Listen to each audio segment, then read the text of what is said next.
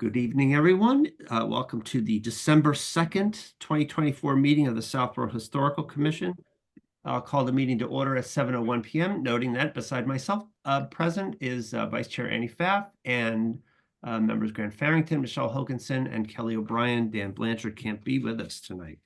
So, folks, the idea of this meeting was simply to kind of tie up accounts for the end of the year and have a little bit of a discussion about what we want to do in 2025. So the first part of that, I'm sitting this afternoon for a few minutes, kind of looking back and jotting what we got done this year, and it was pretty good, I think. Of course, the end of a long road with the National Register stuff finally finished, signs finally up, public reception to celebrate that event, and some good, I think, PR for the district that came out of that. So that was the top of mind, the top of my list. But there were other things. I mean, I think the opening of the Southborough Heritage Park was actually fairly significant for the history of the Historical Commission, because we had a very heavy, of course, we had effectively two seats on there with myself and Grant on that working group. And of course, we proposed the name that was accepted for it, and the architectural or archaeological dig that went before that. So that was a very, very, very long process, and I was really happy to see that concluded and the park successfully opened, of course, at the intersection of St. Mark Street and Marlborough Road this year. We also, got the research, design, approval, manufacture, and installation of that rural cemetery water tower sign done, and that was under, of course, ARPA funds, as was the National Register signage. So to me, that's a big one. Of course, we now have a CPC application in for restoration of the rural cemetery water tower, and that's moving along pursuant to CPC's process. So hopefully we'll see a good result to that in 2025 at Springtown meeting.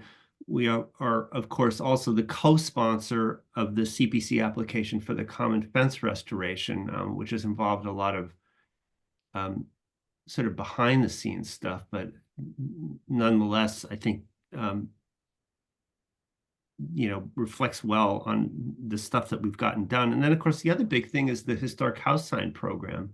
I was counting up this afternoon, and I believe the number is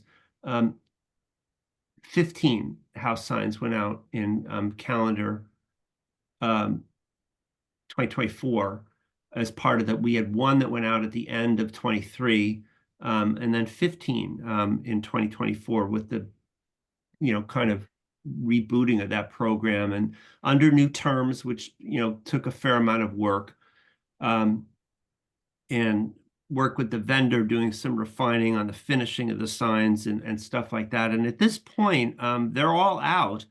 There's one pending at this point, which was the one we discussed last meeting, which was the house at 14 Newton Street. That's the Caleb Williams house. And that was the one that had the extra verbiage on it. And I did reach out to the homeowner, that's Jamie Falcone, and said that, after discussion among us at our last meeting, that we were actually willing to try to do it exactly in terms of the wording as an exact replacement of the one that he's looking to have replaced. And he was delighted to hear that, I must say, really, really happy, and appreciative of the fact that we kind of went back and looked at that again, because you remember I initially told him I didn't think we could do it.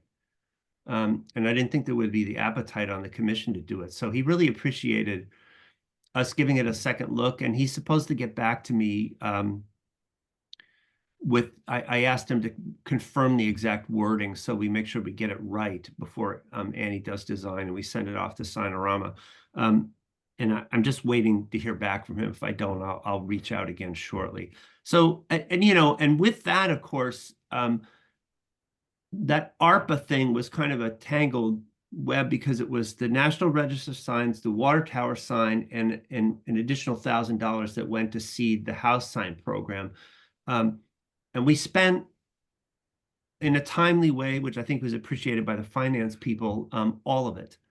And the other good news in this, and I didn't have a chance because of the holiday and stuff to ask Annie to get an update on the donation status, but as we discussed last time, they're coming in and coming in at a good clip. And in fact, we've been in situations that people try to hand us a check on the spot, and maybe it's a stupid scruple, but I always ask them to just please mail it because I don't want to touch the money. I want it going straight to the accountants and having them, put it in the account, even though the checks are, of course, made out to town of Southborough. So I wasn't able to get consequently an exact number where we're at this point, but Annie's tracking that now and has added a column on the spreadsheet that we track signed requests and deliveries on. And so that's looking really good. I mean, I think this is actually going to be a success. And in fact, as Annie knows, a couple of those donations have come in above the asked for amount in terms of the cost. I think one's coming in at double that amount. So go ahead, Annie. So that column on the spreadsheet is up to date. Nothing new has been received so far that has posted that they've notified us from since last month. The only kind of thing outstanding is there was one donation for $75 that they weren't able to attribute to a name. So they don't know who the donor is, which is odd. Like you would think it would be on the check or something. So that's kind of the only thing. It's a mystery. So Kevin, I don't know if it makes sense to maybe look at the list of who was donated versus who you thought was donating and try to put that together, figure out who the $75 might be from. That's kind of the only thing. Did they say that the person sent it in cash or something? Like, no, I mean, that's possible, but they didn't explicitly say that. Yeah, maybe we can get to the bottom of that because I haven't had the chance to stand and write out those notes that you made, but I do want to do that.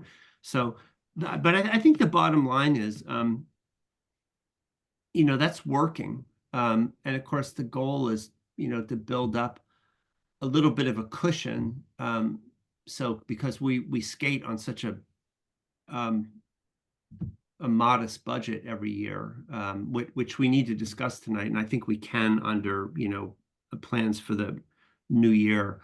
But those were my sort of 5 highlights, and it made me think about the fact that there's so many things, at least that I end up involved in, that don't kind of like make the rules. Well, so for instance, the other thing is that we did have demolition delay activity this year, although we did not hold anything.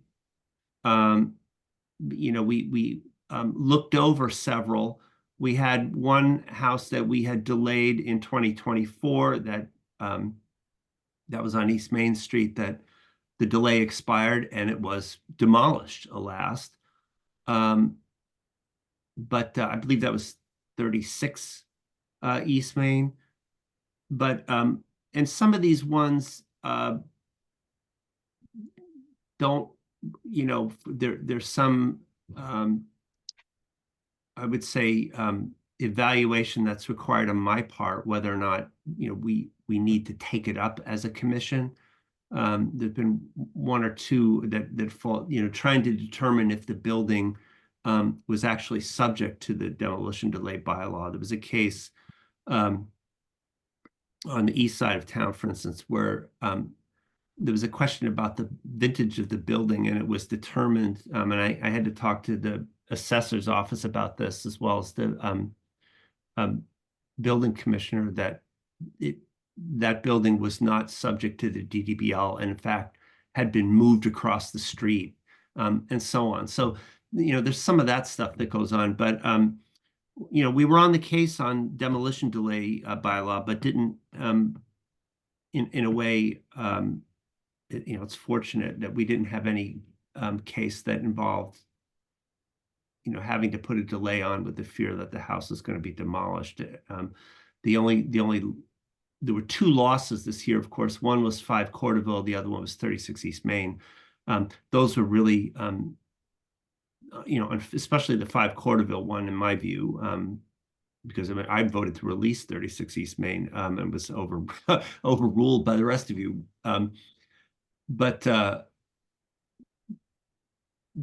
both of those were, pursuant to actions that we took in 2023, where the sort of bill came due in 2024. Go ahead, Kelly. So one question is, going back to the demolition delay bylaw, we had talked about changing the year. Remember, we said it was 1924. Did that, because I've missed a couple meetings, did that ever come about? Are we going to change the year? Or, because working in the building department, I try to stay on top of that. It's important to me. And I know it's important to you guys, otherwise we wouldn't be here. So I try to stay on top of it, but I just want to be right with my facts. Yeah, and that's a good segue to what we plan to do in 2025, because talking about what we want to do in 2025, this is at the very top of my list, is that, at least in terms of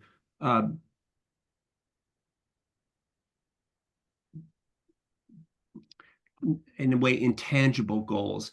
Currently, the definition of a historically or architecturally significant building in the DDBL is any building in whole or in part which was constructed prior to 1925 and is included in the Southborough, Massachusetts Historic Properties Survey prepared by the Commission in 2000, with revisions and updates into 2015 on file with the Town Clerk's Office. Now, the DDBL was passed in April of 2015. So 9.5 now years ago. And so, when it was passed in 2015, that date of it's prior to 1925. So Kelly's correct that the latest or the most recent building subject to the DDBL is currently, one that was built in December of 2024, right? So it's 100 years at this point. My belief is that should be 75 years, and that the definition should read something to the effect of, and rather than, because of course every year that goes by, right, is a bigger window.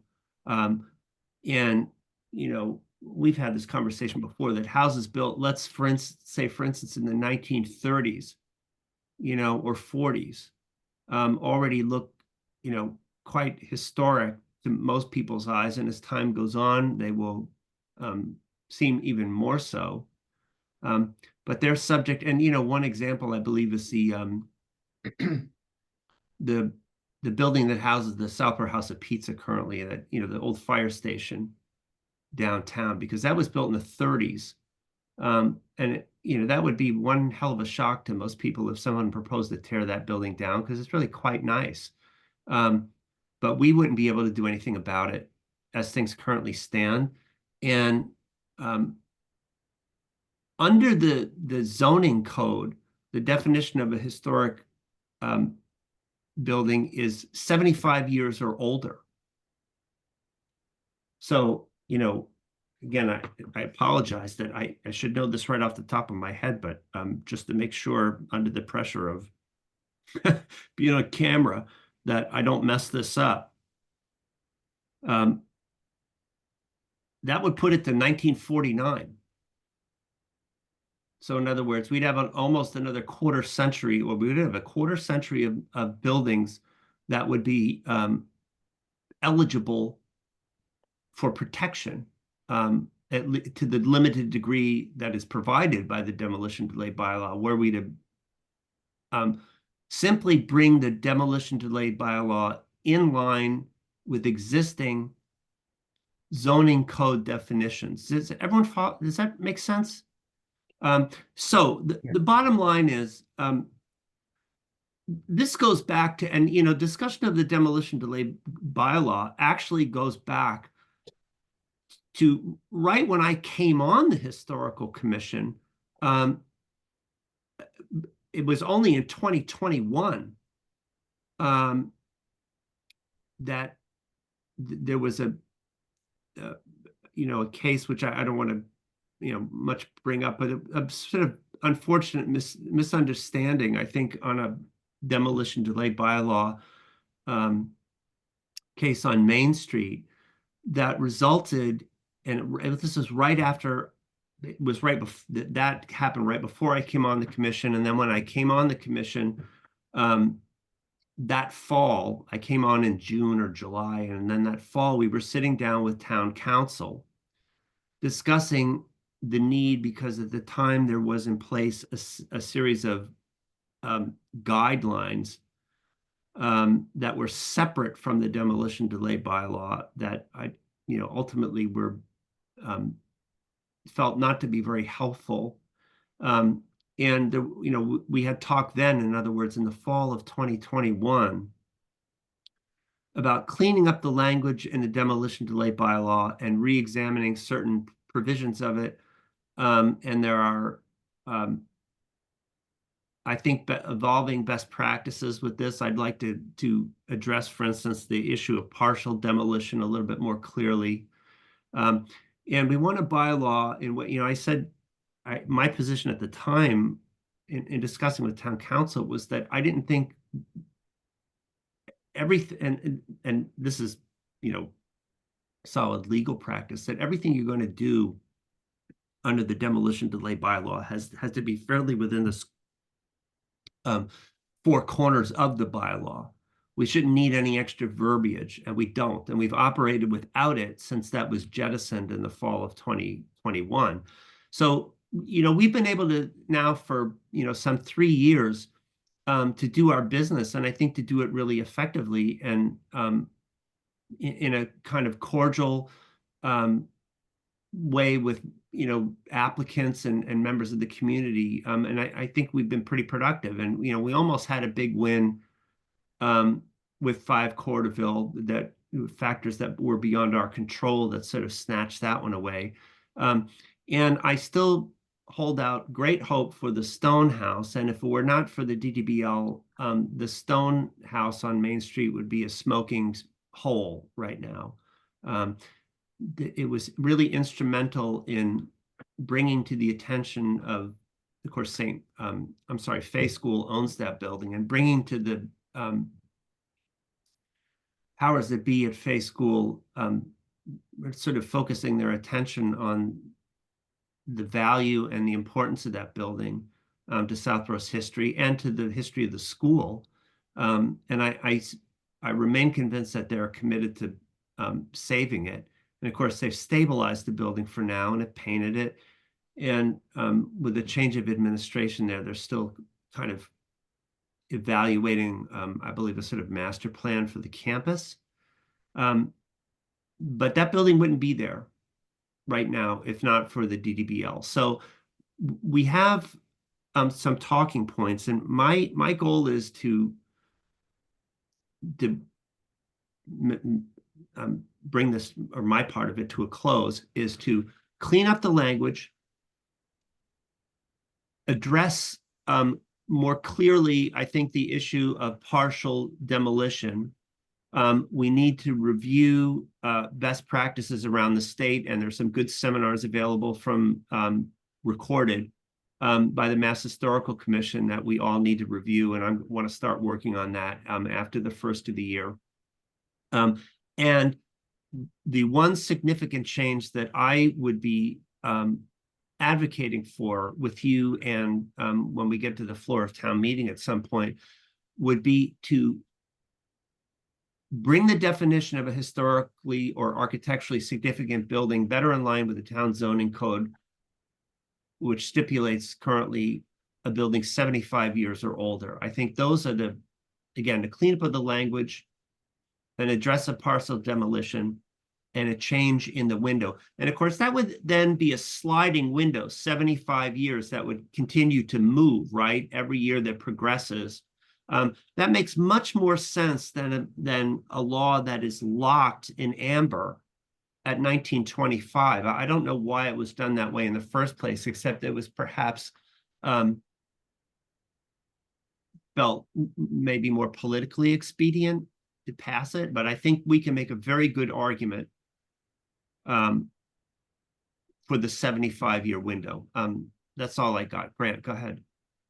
Oh yeah, thanks, Kevin. No, I'm really interested in this. I think we've been talking about it also as long as I've been on the commission, and I'd really like to get moving on it.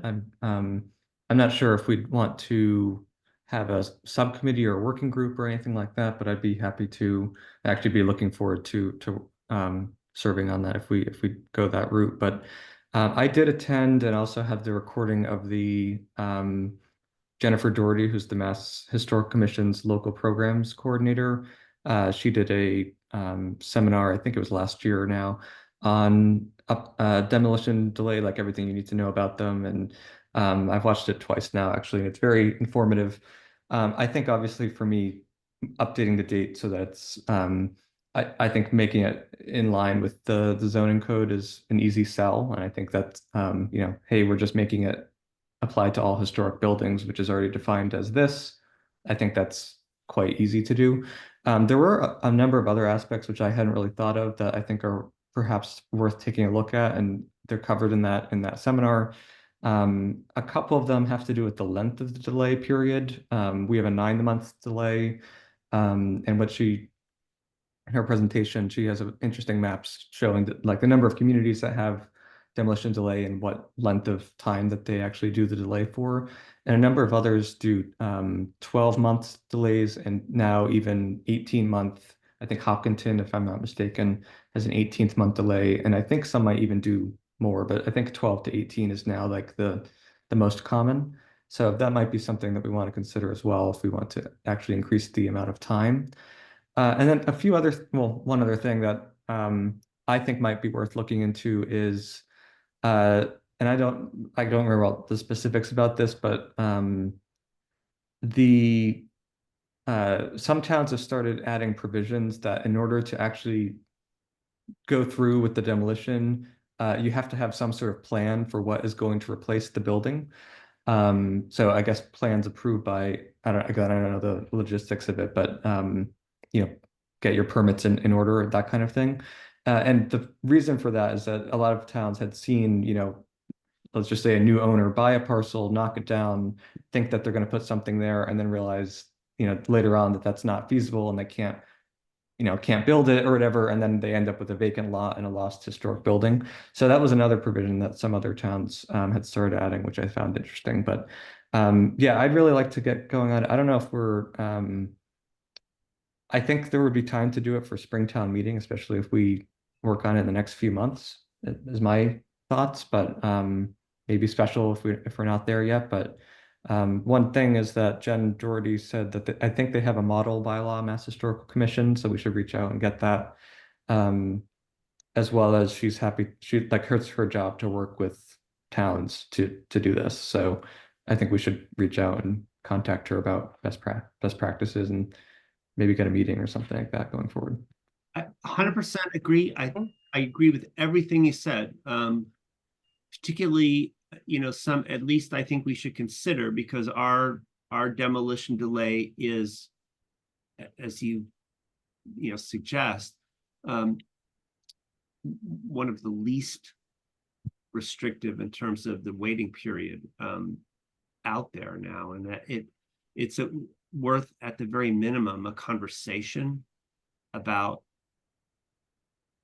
the value versus cost in terms of extending that delay to give it a bit more teeth, and the whole idea of having permits or future plans in order.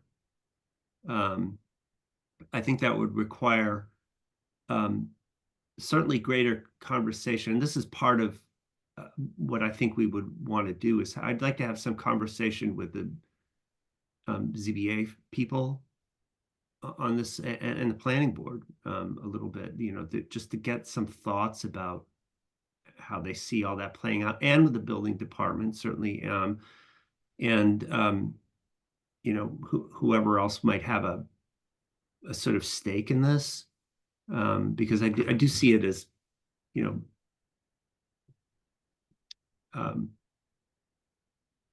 parts that depend, you know, or different boards and committees that have an interest in our activity in this regard. So yeah, I'm all for it. I think what I would propose is that I think, you know, because I know, Grant, you had expressed interest in this earlier, that you and I could sit down and do some preliminary work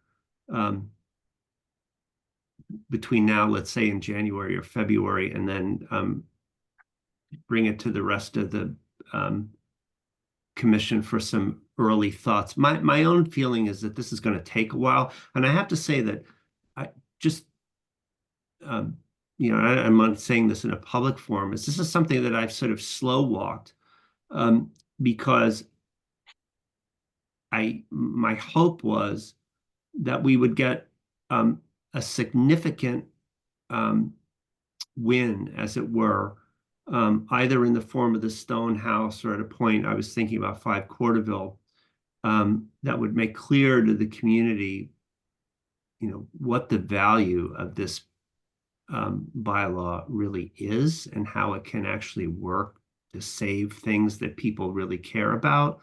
And it's, you know, it's honestly, it's been kind of frustrating to me that, particularly with the Stone House, that remains unresolved. But I have also reached a point where I don't think it's advisable for us to wait any further for that resolution before moving forward, at least with the intellectual work it's going to take to get it ready for town meeting. Personally, I think I would favor a fall town meeting presentation, because I think to get the language as good as we want it, because I never want to do it again,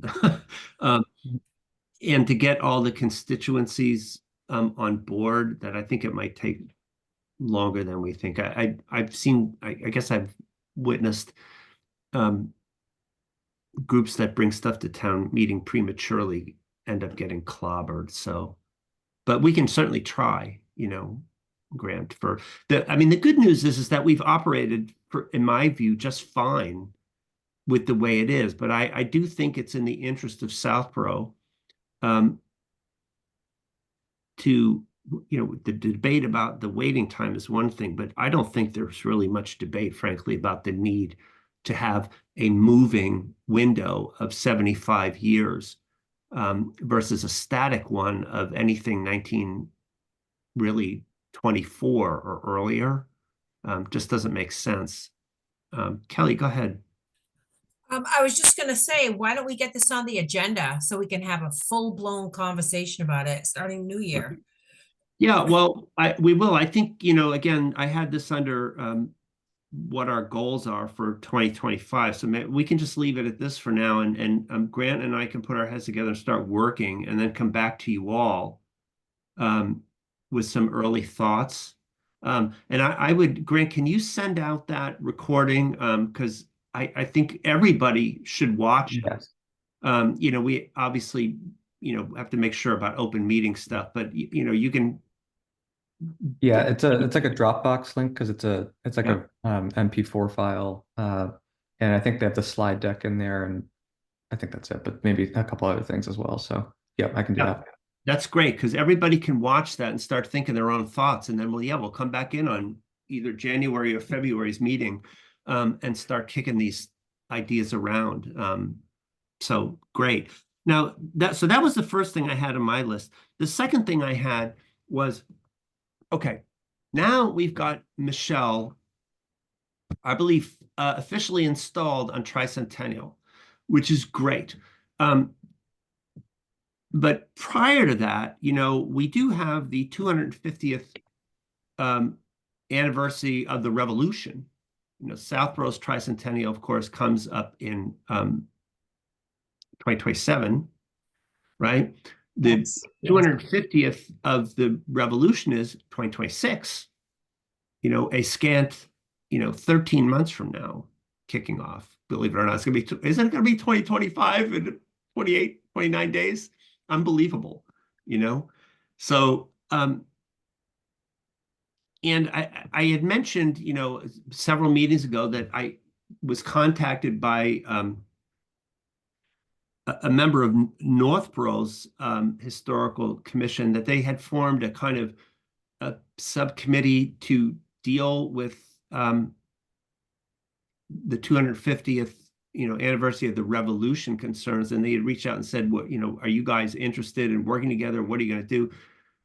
And I went to Tricentennial at one point and put that in front of them, and with the understanding, I explained to the fellow from Northborough's name escapes me at the moment,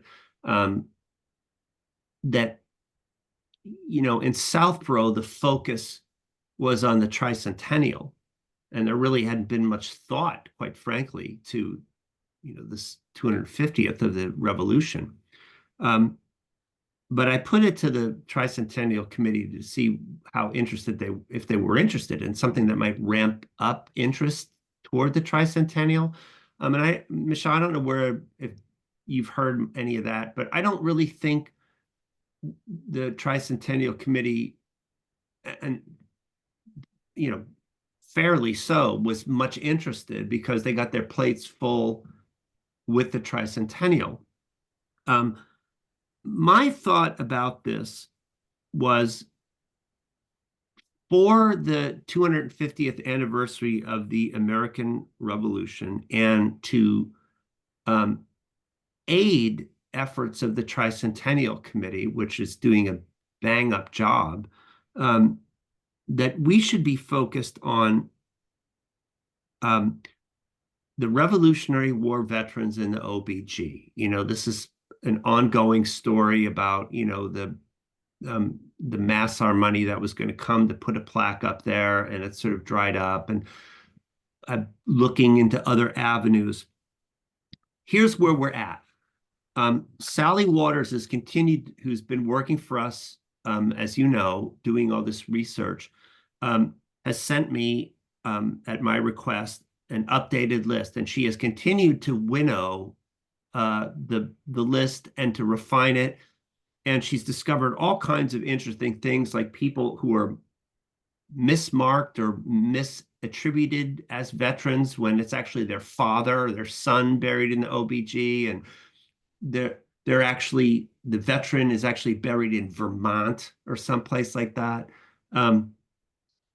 But the updated list has 35 marked graves in the OBG and 38 unmarked, which in a way is shocking, and again attributable to the fact, largely to the hurricane of 1938 that destroyed so many headstones, and they were sort of basically disposed of as debris. So 35 marked graves, 38 unmarked. I won't belabor issues about money that was there and dried up and things that have gone on. I will simply say that it's time for us to pick up the reins and get this done. And what I propose is that we start talking to our friends at Franklin Bronze that have served us so well, both in the National Register signs and the water tower sign, get a mock-up, see how they can squeeze 73 names onto a handsome plaque, and figure out different options, because there's some stuff already over there in OBG, which we won't go into tonight, where it would go, how it would look, and then let's figure out how we're going to pay for it. Whether we raise money, we put out a fundraising appeal. I had given some thought to trying to prevail on our friends, wink, wink, grant at CPC for a late addition into that cycle. But I don't really care how we get it. It's not going to be that much. I think it can be done for, my guess would be, under $5,000. even if I took it as a warrant article to town meeting. But we need to get this done. We need to get the money and we need to get it up. And you realize you're going to be in 2026 again in 13 months. So it's going to take a while. The manufacturer can take months. So let's get this done. And even if maybe it goes up in 2025, but if it goes up in January of 2026, it would be quite a thrilling way to kick off the 250th anniversary of the American Revolution in Southborough by finally getting some sort of recognition back for the 38 unmarked graves. And Sally and I have also discussed the fact that, there was years ago, there was a pamphlet put out. I believe that was done by the Society, and Sally had a hand in this, of the history of the Revolutionary veterans in Southborough. An updated, revised, more accurate and detailed version of that would be a wonderful document for us to be responsible for producing. And I may have further thoughts on this, but and by the way, the other thing I want to say without belaboring it is that there's stories to be told beyond the men who fought, and some of whom died in the revolution in Southborough. And I think of the fact that we voted to award a house sign to the Major Josiah and Mary Fay House at 1 Chestnut Hill Road, which I had the pleasure of delivering a month and a half or so ago. 1756. If you remember, Major Josiah Fay was sort of the most, in a way, famous of Southborough veterans. He was the guy that was poisoned in New York by Tory sympathizers, kind of thing. And I had the conversation with the owners of that house that his widow Mary lived in that house for another 50 years without him and raised the family. And I'm sure there's an interesting story there about her role, contribution, survivorship of the revolution. But as a starter, I guess, as baseline, we got to get this crime of all these unmarked graves fixed. And then from there, if we can do more publicity about and education about Southborough's role in the revolution, I think we could, it's worth it in its own right, obviously, but it would also, I think, help support the good work of the Tricentennial Committee. Annie, go ahead. Yep. So thanks, Kevin. I think that's a great idea. Just generally, I support it. I do just want to remind the committee that budget request for next year. So right now we're in 25-26 budget requests are due very soon, like next week. So I guess I want to ask the question, are you intending to I know you said you're not exactly sure where the money is going to come from, but if there's a chance we need it in our historic budget, should we work to get quotes sooner than later? Even tomorrow, reach out to Franklin Braun, see if they can give us a number, or are you thinking we'll just kind of deal with it later? Well, that's a good question. I would be perfectly, I can't do it tomorrow, but if you could call them and say, listen, we know roughly what we need. Well, we know we've got 73 names. Mm-hmm. And we need some, I'm just looking for the most ballpark of figures. And the number I gave earlier was based on what our National Register signs cost a piece. This would probably be somewhat larger. It might be double-sided. But those are, as you know, I mean, they're so good looking and so well made and really high quality, that I think that just to have some rough ballpark figure, and I had to actually, I forget the person's name there that you and I had both spoken with. Bernie, What was it? Bernie was Bernie was Right, the Bernie is the yeah. president. Yeah, and I talked to like the office manager any number of times, and um, they're super helpful. But I had talked to her previously about this, and we discussed like yeah. double-sided casting, single-sided casting, post-mounted, this and that, and so I have discussed it with them before. I might be able to do this on Wednesday. Just get a ballpark figure. I mean, we could, ask, just as a budget request, as a one-time.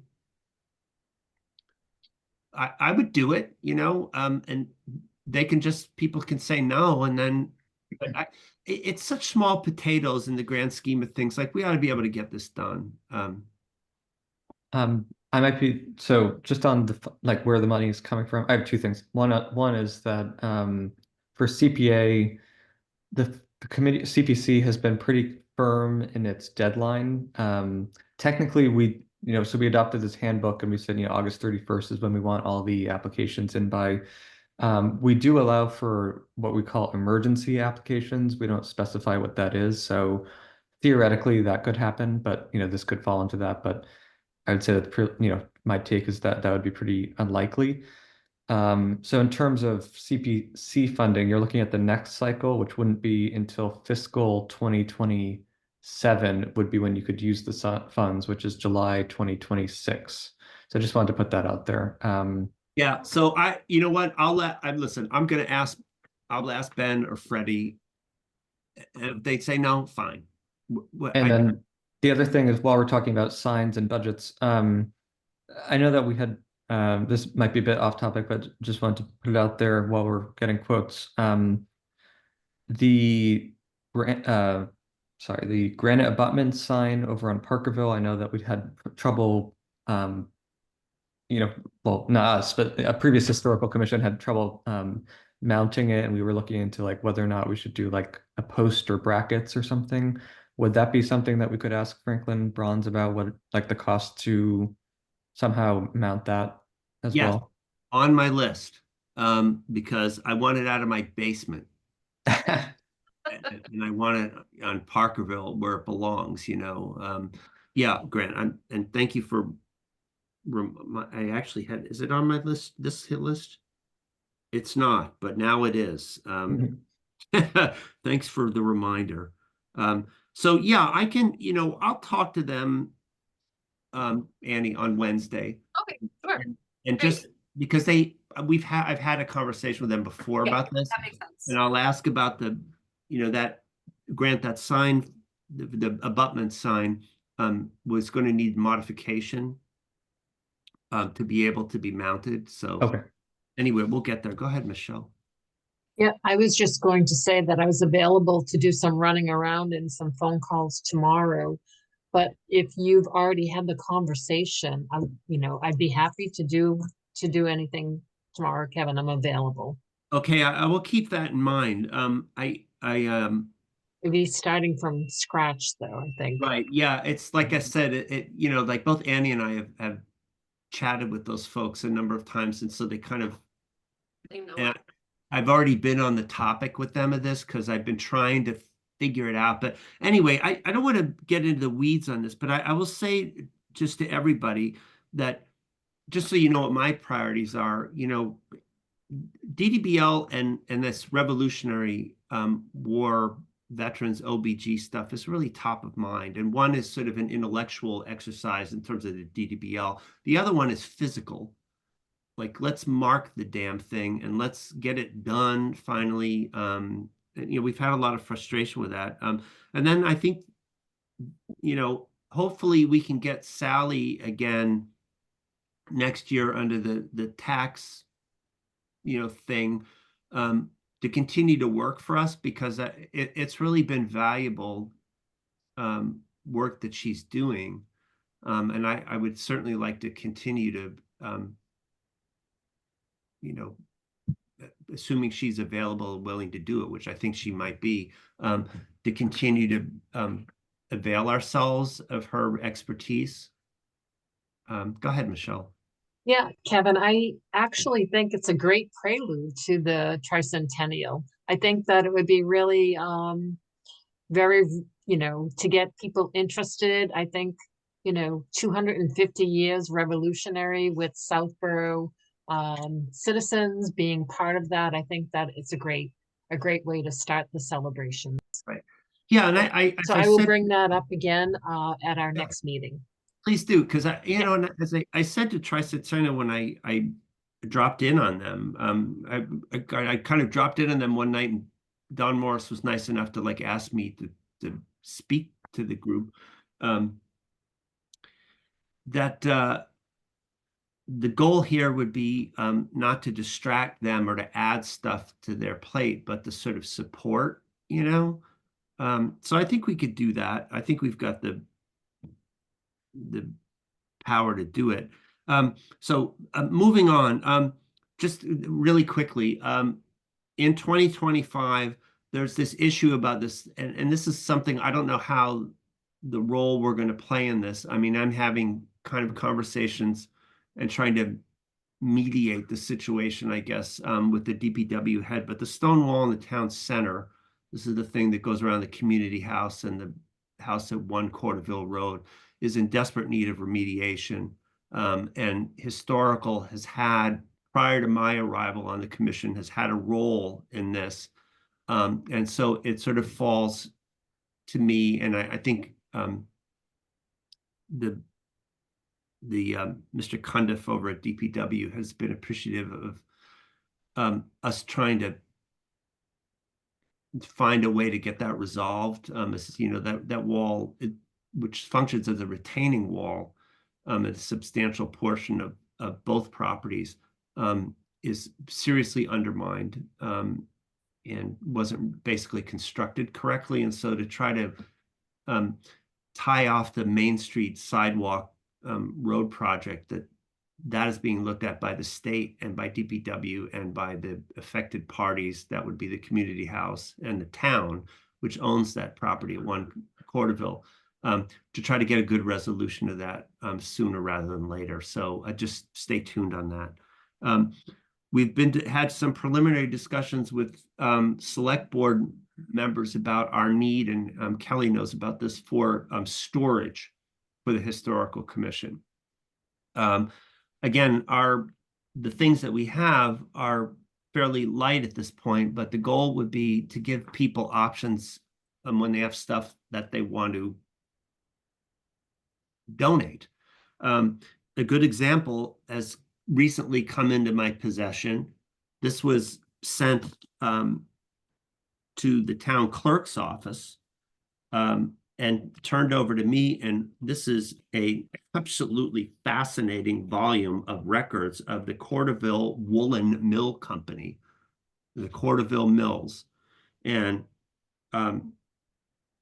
records 1864 to 1872 on the frontispiece, and then actually the records go up into the 1920s, largely handwritten, and then some the later entries typed. This is really a trove. It actually includes a document, the auction document, for when the mills were auctioned on Tuesday, September 25th, 1928, because they were at that point insolvent. I've just started to go through this with some care. It's going to take me a while. It's unbelievable.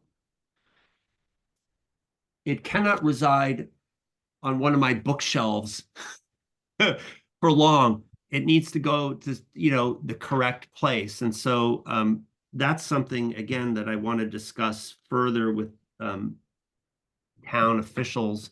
And you know, there's a lot of moving parts right now, of course, between the school proposals, the 21 Highland, it's a South Union School, space considerations, who's going, there's a little bit of a musical chairs going on in town right now of what group is going to end up where. And there are multiple groups, including Open Space, I know, that have space requests in with the town. And so that's something that I hope that we can move forward on and hopefully get some small climate controlled space that you know, we can hold things and perhaps display them on occasion. So the house sign program needs another push. I think that will come, especially as the ones that we've given out go up and neighbors start to notice and see them and get excited about the program. And, you know, it's funny, some of the ones that have been delivered, they've gone up immediately. I showed you some photos that people sent me last time. And other ones, you know, I gave one, delivered one a week or so ago, and the fellow said, well, I'm going to have my house painted in the spring, so I'm not putting it up yet. So, you know, there's that kind of thing. But I think the word will continue to get out. And again, we've given out 15 this year, and I hope to do at least that many. I'd like to double that in 2025. So if you know people or you know a house and you know, can speak to them if they're interested, please encourage people, because we're open for business and doing well in that regard. Connected to the Revolutionary War and the OBG activities, I would also be interested in 2025 to see what we can do about, you know, this goes back to the St. Mark Street Park Working Group and the grant proposal that kicked off that whole, you know, at times controversial subject, was that it was supposed to be for a history walk, or partly. And there's been a lot of talk about a history walk, and there was the one-stop grant that Southborough put in this cycle was for some waymarking kind of stuff, history walk activities. We didn't get the grant. I've also had conversations on multiple occasions with Michael Wyson at the Historical Society about this history walk business. And what I think a modest goal for 2025 would be to start to lay out the stops of such a history walk, perhaps that only relate to, if it's feasible, to Revolutionary War history or activities in Southborough, or perhaps prominent revolutionary figures, just as a starting point, and then it could be expanded. Again, this is something that I think would be done in conjunction with the society, if they're willing to do that.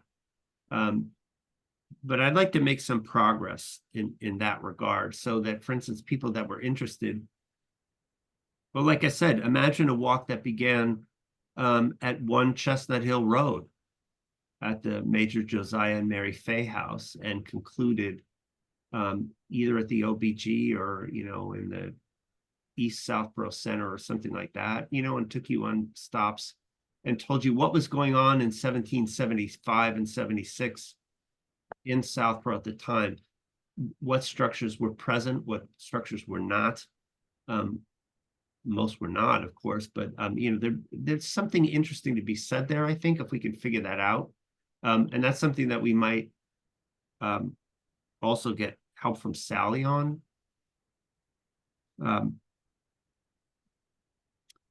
Next on my list was the Burnett Mansion. We, you know, there was a a fundraiser on Saturday night for the Historical Society at the Burnett Mansion. Mr. Deli Priscoli opened it up. This was the first public event on the site. It was a lovely concert and reception afterwards, attended by Michelle and Annie and myself. Actually, all went with our respective spouses, and very pleasant evening. And it gave you some sense of the possibilities for the tours that are for school children that are provided for in the preservation restriction, and that I would, would, as Mr. Deli Priscoli and his wife move toward completion of the property, and my God, the progress they've made over there is unbelievable. That again, I'd like to sort of see that come to bear fruit in 2025 in terms of those school tours. And of course, we have some discussions to resolve around plantings and whatnot that I hope we can make progress on as well. So, I look forward to, again, I just want you to know that's on my agenda to try to move this forward a little bit in 2025. Last two things I have, well, there are three things. 21 Highland, I have this under chair's report, but I can mention it here. We next meet a week from tonight, actually on December 9th. Our second meeting was on November 18th. And that included a tour. That meeting, the highlight of that meeting really was a tour given to the committee by John Parent, the head of facilities. And it was really enlightening. We really got a sense of that building's wonderful construction, quite frankly, and how rock solid it is and how viable it can be into, maybe for the next 100 years, and how much use it gets. Youth and Family Services is likely going to relocate to Flag School. I think that's a done deal. But rec is still there, and there was a karate class going on over our heads while we were meeting, which we unfortunately had to interrupt as part of the tour. But it's a wonderful building, and there's progress being made over there. And I think at some point, as your rep on the 21 Highland Future Use Committee, Historical is going to have to become more involved in making it clear to Southborough residents what the history of that building is and how rich it is. And past iterations, the Historical Commission spent a hell of a lot of time and energy getting that onto the National Register. And I'd like to, I think, without overstepping the 21 Highland Committee and its chair, I want us to be helpful as we can in trying to get the word out about, again, just that, how important that building is to Southborough's history. Connected to that is the question of the National Register stuff. We got the downtown National Register district. I think we should be giving some thought in 2025, because it takes a lot of energy. If we want to designate somebody, or if somebody wants to start working on this, is there potential for other districts? Southville, for instance, seems a very likely candidate to me. Or would we want to focus on individual registration, the townhouse, for example? I think obviously there's a lot of merit in that. It's just a question of priorities, and if we want to move that up, and if anybody has a real passion for doing that in the way that sort of Cape Madison did in the past for South Union. Then the very last thing I have is I've had some discussion at times with actually Sam Stivers about his notion, and I resonated with this because I'm well aware of a project that the Veterans Administration does regarding oral histories.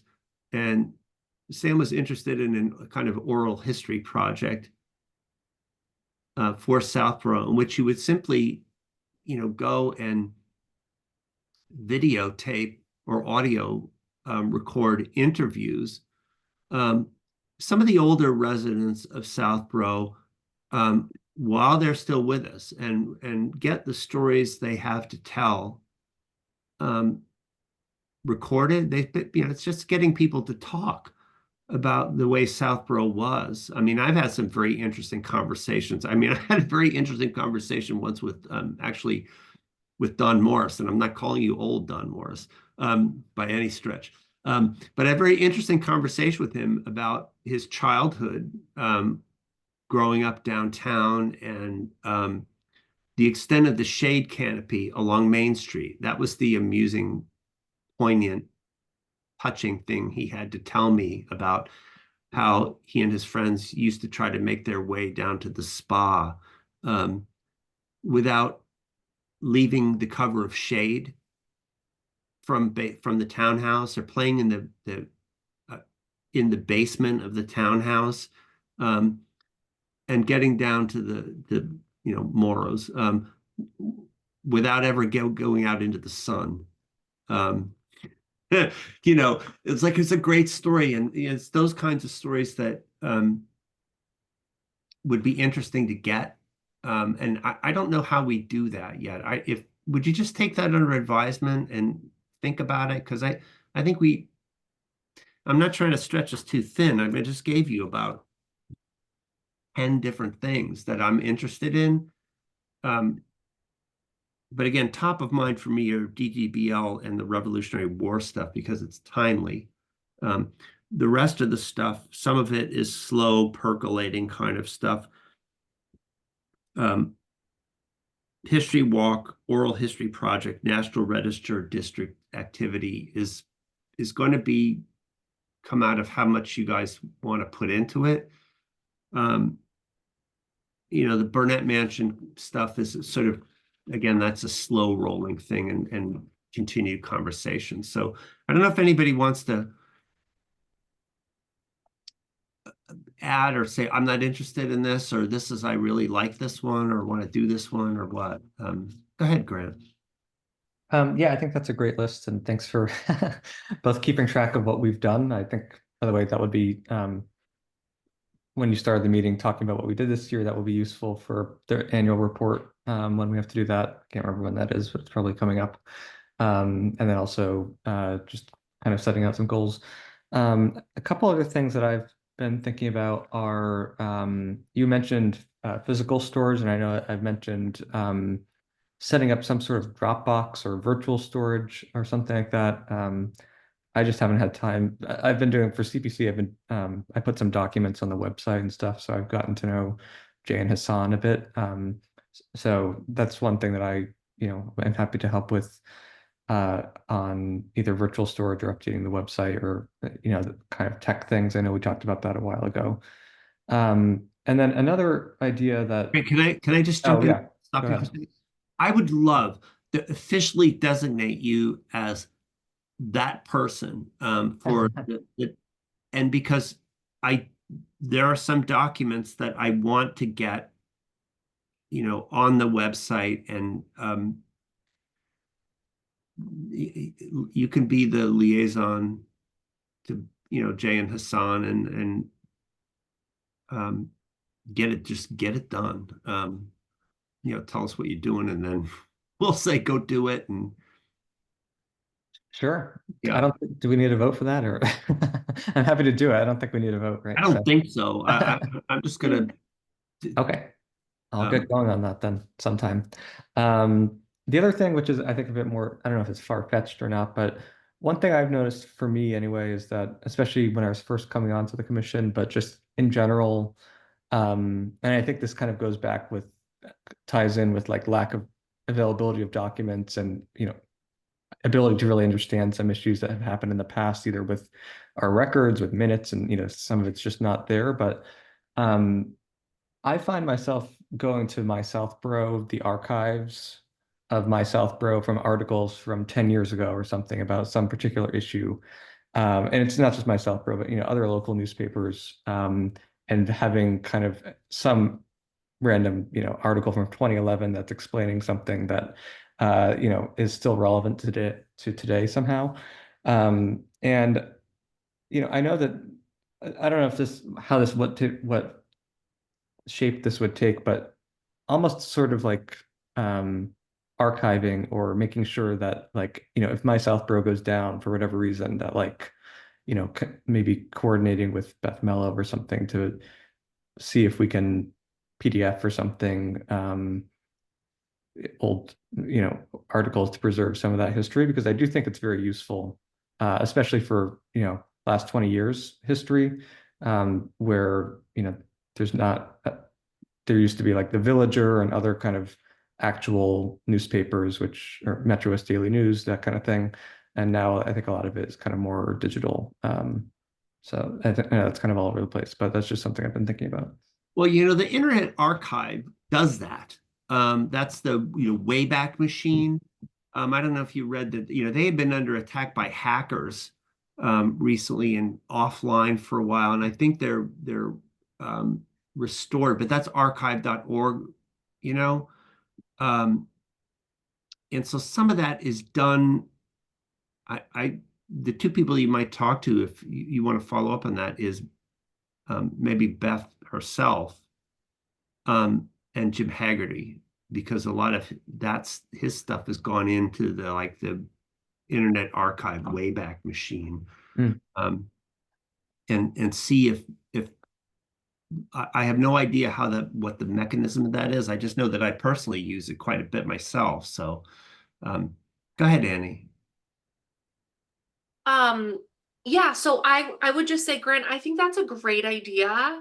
Even as like not even just archiving, but like collecting and like organizing some like important key things.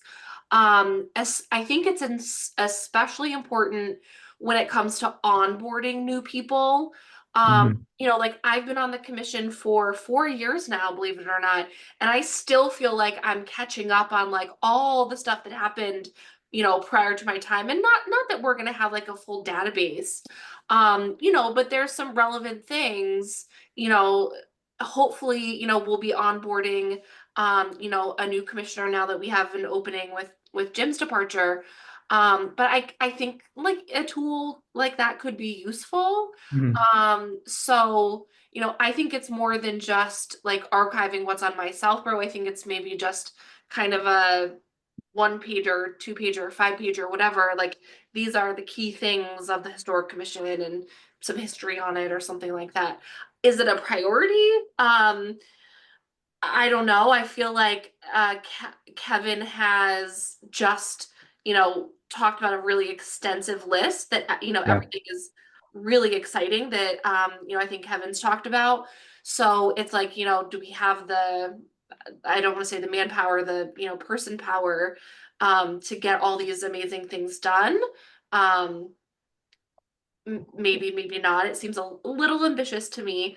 But to that end, I would say one thing I would add to our priorities or goals for next year is to identify another commissioner to replace Jim, so we have some more human power on our commission. Thanks. And yeah, I think I felt the same way when I first came here, that like, for example, looking into the Burnett property the first time, and like couldn't find the preservation restriction and some of these kind of key documents, and just like some of the history beyond what was the limited stuff that was on our website was quite a challenge. So, and other issues as well. So yeah. Yeah, Grant, one thing that's got to go up on the website is the Burnett PR in a prominent way. I did just check the Internet Archive, and they do have my Southborough pages.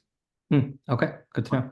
So if it's the full, extent of the site, I'm not sure, but it came right up when I looked.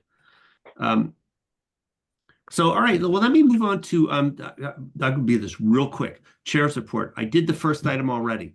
Second item is progress on town common historic assets. And I do want to bring this to your attention because it's really kind of some lovely news. I'm going to share my screen. And can you see that? Wait. Yes. Actually, this is even better. Let's start with this. This is the James W. Burke square sign, which, as you can see, sits down at it's almost right in front of the library, by the All Wars Memorial. This is the sign that designates this area and honors the young man from Southborough who was the first Southborough casualty in the First World War. You remember this young fellow ran away from home and enlisted in the Canadian Expeditionary Force at like 16, and unfortunately didn't make it to Europe. He died in, I believe, Halifax. And the Canadian government tends to his grave in the rural cemetery to this day, annually. The sign was removed during the Main Street project and mislaid. And I spent, let's just say, a long time working with DPW to find and get this back. And I'm happy to report there it is. So that's one. And let me give you. Is that up, Kevin?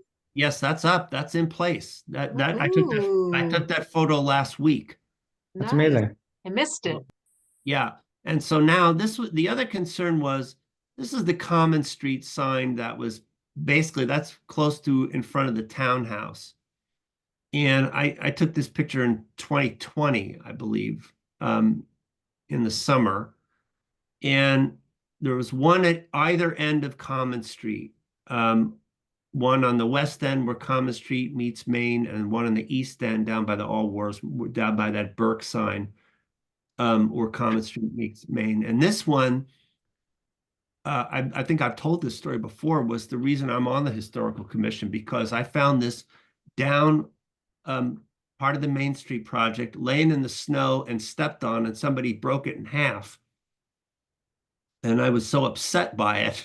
And I wanted to know who to complain to, and eventually found Michael Wyson through that route. That's the sign, and that and its counterpart disappeared. Sorry of all this other junk. Disappeared for several years, and one has been located. Now, if you compare that to the picture I just showed you, you see where my cursor is? There were two arms here that you could see that those little nubs, they got broken off.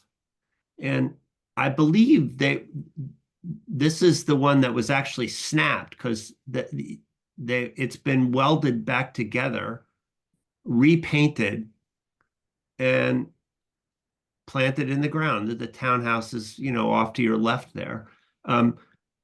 Formerly, this sign was at this location, actually at the other corner, and I want to speak to DPW about this. I think they might have just put this here temporarily to kind of gauge how it plays. So I'm very, very appreciative of DPW for getting the Burke sign up, for finding this. What they did was clean it up, weld it, and repaint it. I lament the two brackets that were formerly there, but the Liberty Bell has a crack in it too. So, I hope that we can find the other one and get that installed at the east end. But let me tell you, this is about at least 18 months or 2 years of trying to get this far. So I did want to report the good news that the Burke sign is up. One of the common signs is back, slightly wounded, but That's great. extant. And we hope to find the other one and get it. And the good news is also because we've got good photographic record of those signs, if one needed to be remade, I think that could be done. And if we can't find this other one in 2025, that's what I'm going to be going for.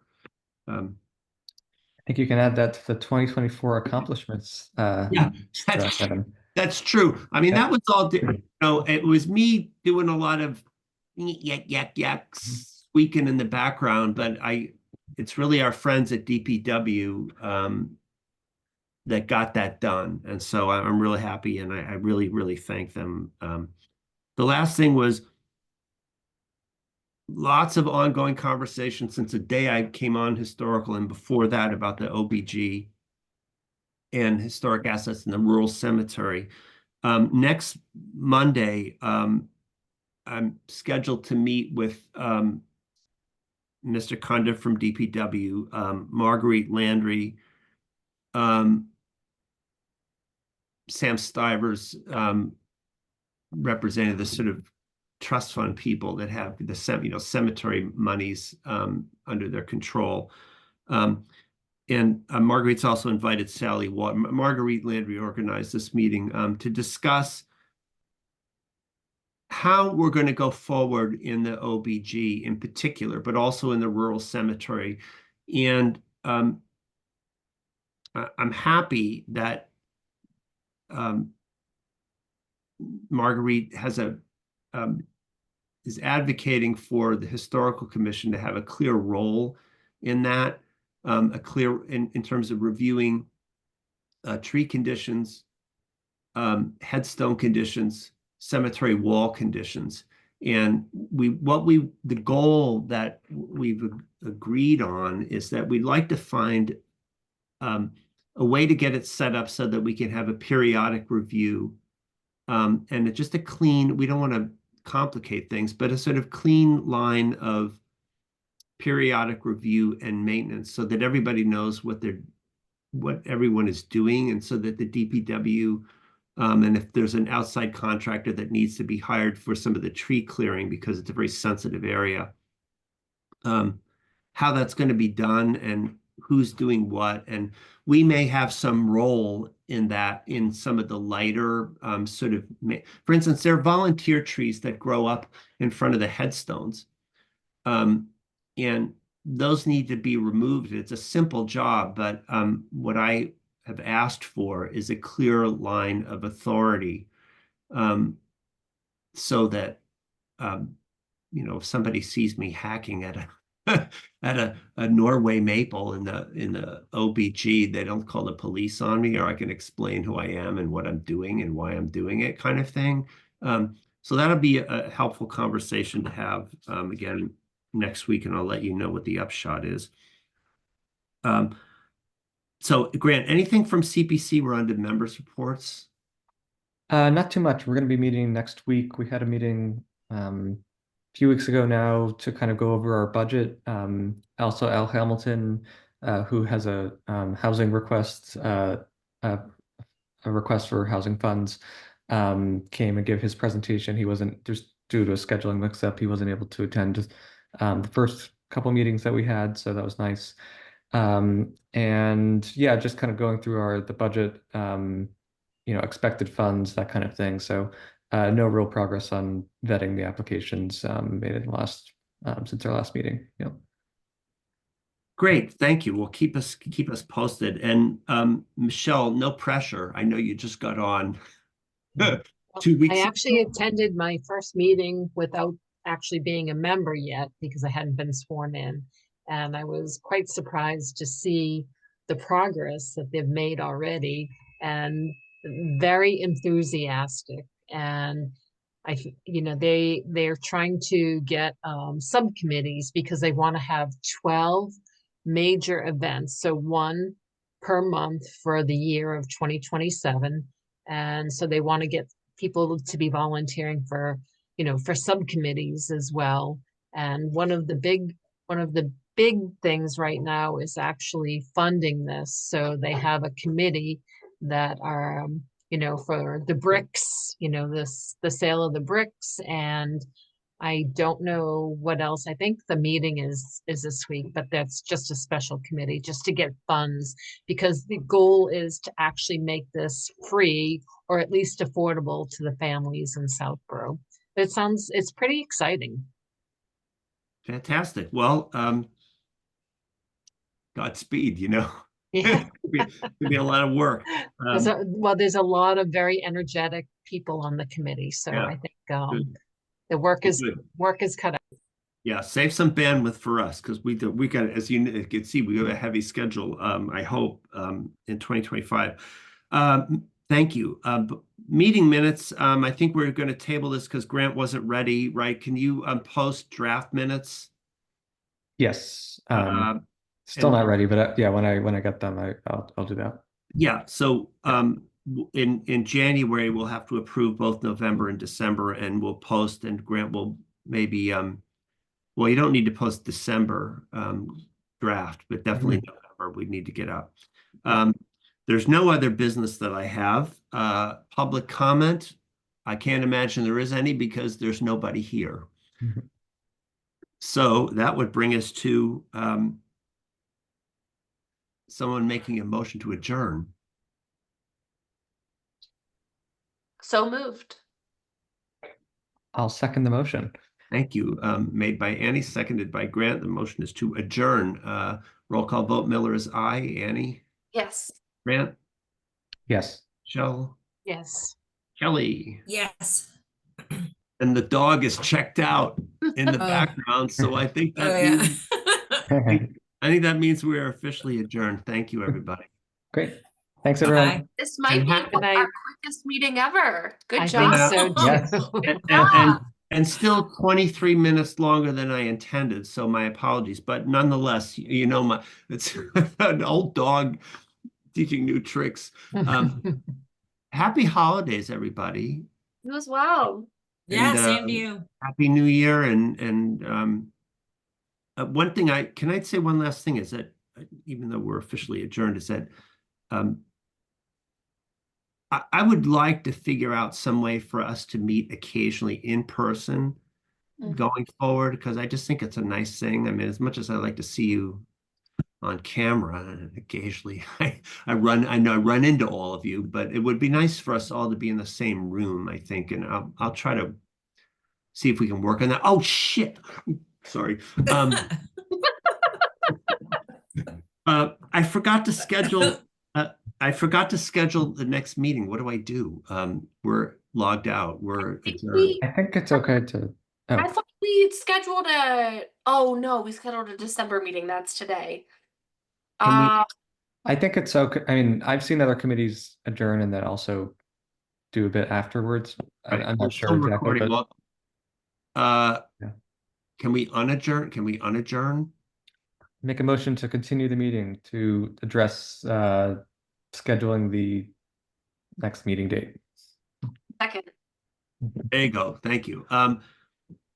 So motion to continue, resume the meeting, made and seconded. I guess I'll do a roll call vote. Miller's aye. Annie? Yes. Grant? Yes. Michelle? Yes. Kelly? Yep. Oh, I'm so sorry about that. So now we're officially going again, and this is really going to be one for the books. So in January, I'm looking at my calendar. I hope you are looking at yours. What would you say, friends, to Tuesday, January 14th? That would That works for me. Done. Wow. How about Michelle? Yes. Annie? How's that? Yep. Wow. Thank you. Yeah, I don't think that's ever happened before. Tuesday, I better write this down. 1:14, 7 p.m. Great. Thank you so much. All right. Now we can have a motion to adjourn officially. Motion to adjourn. I second. Did it? All right, made by, motion to adjourn by Annie, second by Kelly, roll call vote, Miller's aye. Annie, Yes. Grant, Yes. Michelle, Yes. Kelly. Yep. Okay, let's pretend that other part didn't happen. We are now officially adjourned. Happy holidays, everybody. Happy New Year. I will see you on January 14th. Great. Thanks, everyone. Happy New Year. Bye-bye. Bye. Mhm.